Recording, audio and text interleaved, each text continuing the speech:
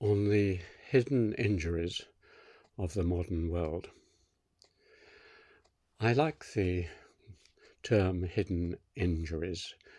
It's not a disease, it's something that has happened to us, some fall or cut or whatever it is.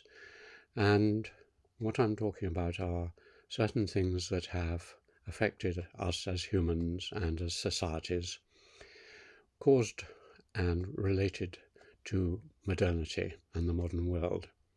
And they're hidden in that we don't really easily perceive them. We're trapped within the present and within our own lives, and so we can't see these hidden injuries, and they cause us suffering without us understanding them. And if we can bring them to the surface, which is what I will try to do, then we can deal with them. It's very similar to Freud's work. Freud saw many patients suffering from psychological problems, and he believed that if he could go back into the hidden parts of their lives, their childhoods, through their dreams and psychoanalysis and so on, he could bring these things to the surface. And once the patient had actually understood what had caused their traumas, then they could begin to come to terms with them. And sociologists and anthropologists and philosophers do the same thing, but not at the individual psychological level of Freud, but at a wider level. And in particular, this relates to a period in the 19th century when the early modernity of England and its industrial revolution had spread and was spreading across Europe. And it was during that period, and in the loss of faith after Darwin and so on, in the second half of the 19th century and early 20th century, that a new discipline was born based on Enlightenment thought, but the new discipline was sociology. And the hidden injuries of modernity was the attempt, the reaction of the great sociologists to seeing what havoc was being wreaked by science, by industrialization, by urbanization. One of these, of course, and perhaps the most famous, is Karl Marx. And Marx, analyzing capitalism and the industrial world he saw around him, which shocked him by the poverty and the misery and other things, he focused on two particular hidden injuries. One was growing inequality, the way in which factory production, by replacing human labor with machines, meant that more and more people either had no work or very badly paid work, and certainly monotonous, dull, meaningless work. So this was both a growing inequality between the rich who own the means of production and the rest of them, and also alienation, as he called it. And that meant that you labored, but you didn't get the fruits of your labor. You just got a small percentage. So when you made something, when human beings, who above all create things, they created things, but the things were taken away from them, sold on the market, and they got a tiny share.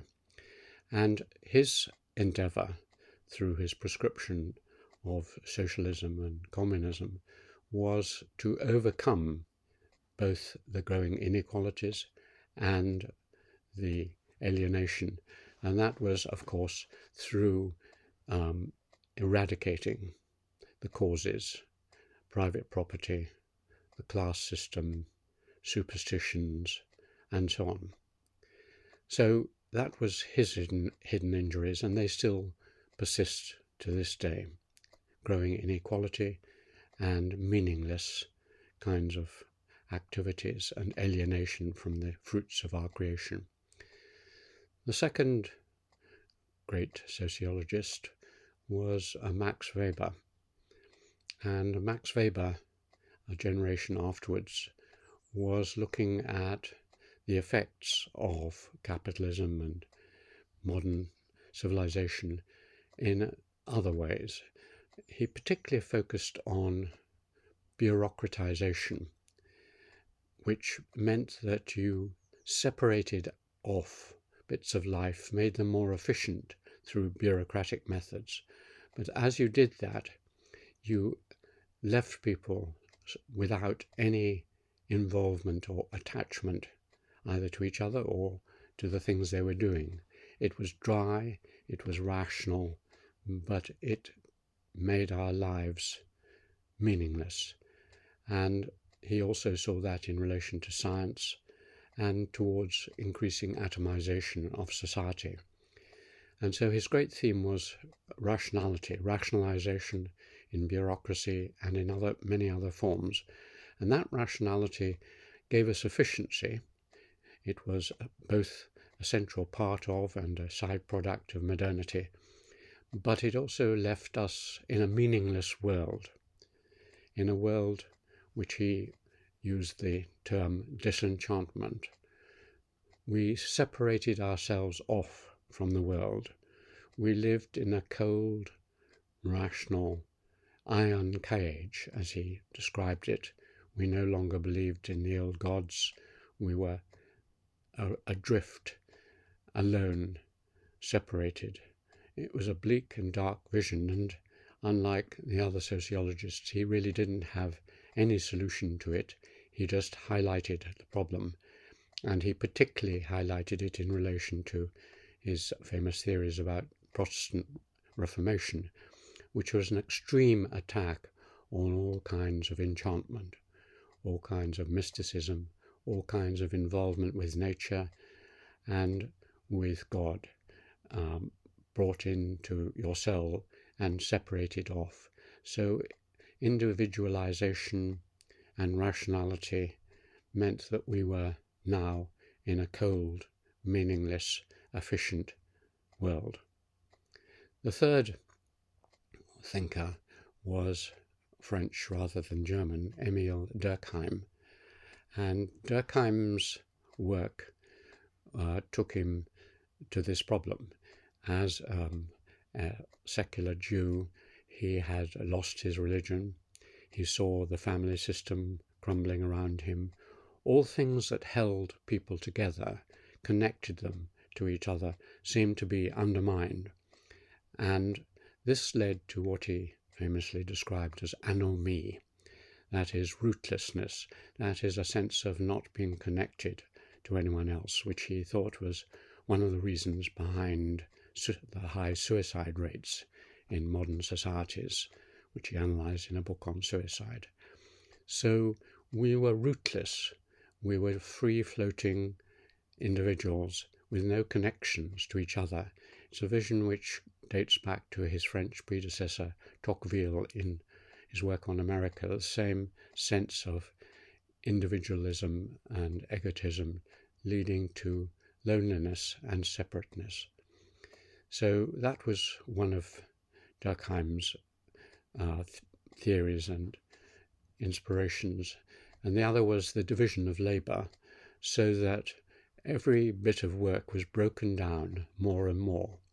This had been praised by Adam Smith as the way to efficiency, the division of labour, and it did lead to efficiency. But increasingly, again, rather like Marx and Weber, it meant that people were not involved in their work. They were just tiny cogs in a great machine. And this meant that they didn't have any investment or any reward from what they were doing. If you were in the modern world at a checkout counter in a supermarket, or doing many of the boring, repetitive, apparently meaningless things as part of a conveyor belt, so to speak, then what was the point of life?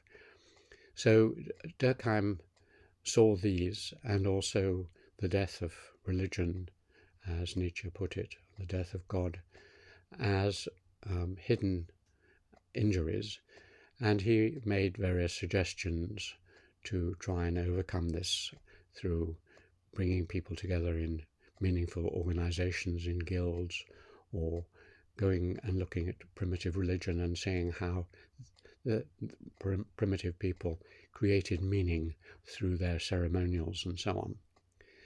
So the great sociologists laid bare some of the hidden injuries that we face, and these are ones which I've experienced in my own life.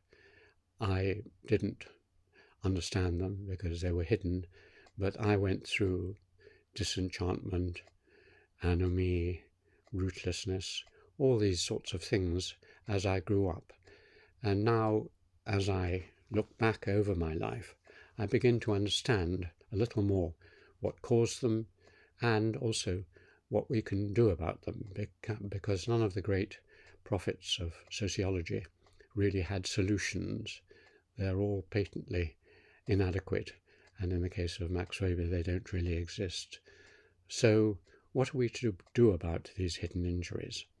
And in the book, based on conversations with Richard Marshall about modernity, we've tried to discuss these because they were also ones which the later heir of these sociologists, Ernest Gellner, was very concerned with all of these hidden injuries as well, which he'd suffered as an East European coming to Britain and then investigating philosophy and finding rationality, but also a loss of a sense of community and meaning.